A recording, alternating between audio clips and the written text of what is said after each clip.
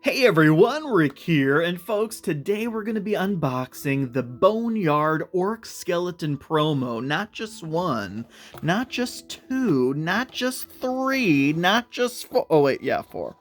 So here's a video that I honestly wasn't even expecting to be able to do because of the ambiguity surrounding this promo. What do I mean by that? Well, when Boneyard was announced, and maybe shortly afterward, WizKids, the manufacturers of these fantastic pre-painted Dungeons & Dragons miniatures, part of their Icons of the Realms line, announced that there would be two promo packs. We've already seen the Boneyard Kobold Skeleton Promo. Go check out my channel for that video.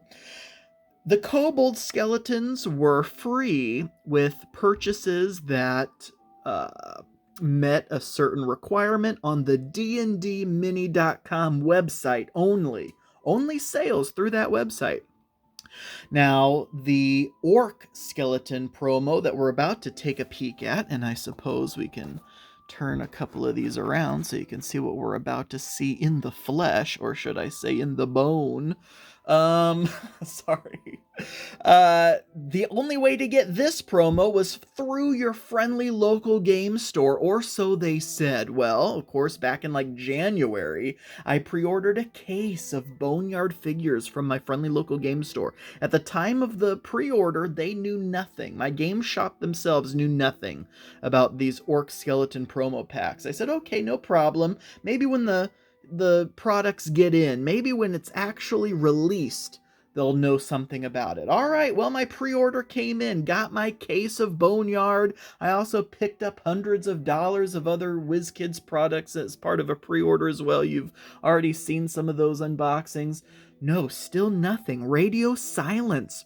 Game stores, and I heard all over Facebook, game stores across the country had no idea what the deal was with these Orc Skeleton promos. In fact, my friendly local game store never even heard of them, never knew what they looked like. I was the one, of course, trying to keep my ear to the ground about all these releases. I was the one telling them about them, showing them pictures of them, what they look like and stuff, so they could be on the lookout. They had to reach out to their distributor, the game store owner had to reach out, find something. Eventually, they learned of the existence of them, weren't quite sure how to get them, weren't sure how many they would be getting.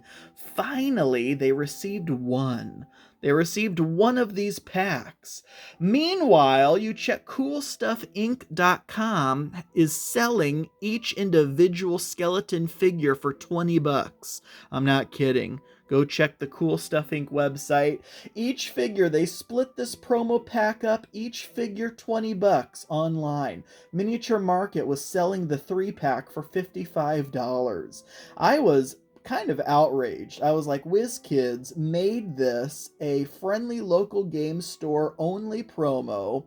Of course, Cool Stuff and Miniature Market were probably going to finagle their way back doors into some way of getting their own. That's fine. Seeing the huge markup on those, whatever. If people are going to pay those prices, they're going to pay those prices. But what floored me was the friendly local game stores themselves being kept in the dark, not getting the information about how to get these. It was supposed to be a friendly local game store promo, but here were these online retailers marking them up big time while leaving the actual brick and mortar shops in the dust. It was really disappointing, and I honestly thought maybe I wouldn't end up getting any of these. Well, they finally got. They told me they were getting one per case, one promo pack per case, and it was up to the game store to decide how to distribute them.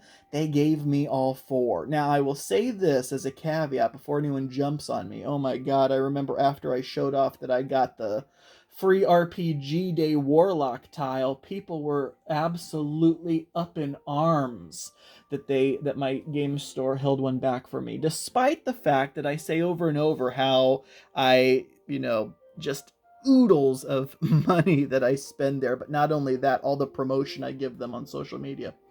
But anyway, so yeah, they gave me one for free because I did buy a case from them. And then they said, if you want the others, take them, we'll charge you for them later. And I said, you know what? That sounds fine. So I took all of them, and they'll charge me at some point if they ever do. I don't know if they will or not. I'm still waiting on that. But either way, here are 4 of these D&D Icons of the Realms Boneyard Orc Skeleton Promo packs that I never thought I'd actually see in person.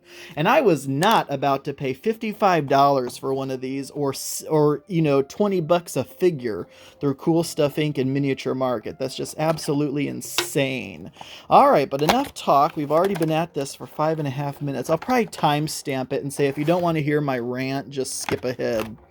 Here they are, folks, in that clear plastic blister. Like always, these figures look absolutely amazing. I wouldn't blame someone for paying $20 a figure just to get these because of how rare, hard to find, and exclusive they are, which is absolutely insane. Especially since, you know, I'm not going to keep going on and on about it, but these figures look amazing. I just wish they were a little easier to get a hold of, honestly. So they're going to be labeled Orc Skeleton 1, 2, and 3 on the new clear plastic bases, which I've grown to love. And here is one with a sword and shield, looking fantastic. Next up, as you can probably hypothesize, Orc Skeleton 2. This one with a gigantic 2-handed axe that we'll have to do a little reshaping of, looks like. But overall, looking absolutely fantastic as per usual. And last but not least, dual-wielding hand axes is, of course, Orc Skeleton 3. This one looks badass. For sure. All right, so now that we've actually got these guys, I should have started out with this. We have a graveyard here and some ruins that I spent longer putting this together than I did unboxing. And I was going to start out by saying, what a travesty. We have ruins. We have a graveyard, but no monsters. Well, let's remedy that right now. Let's put the dual-wielding axe guy in the cemetery, the graveyard. That's a miniature building authority graveyard with removable tree, of course. And then the ruins with a little bit of black poster board under there to, you know, replicate a chasm. But here we have Dwarven Forge ruin set in their resin. Oh, there's nothing like their polystone resin. All right, so let's populate this a little bit too.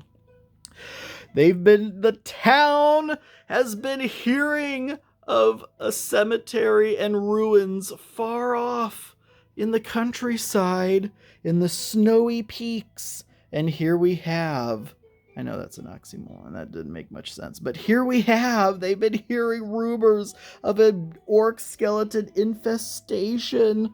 And that is where our adventurers are going to be traveling next, after, of course, they defeat the Dracoliches in the caverns.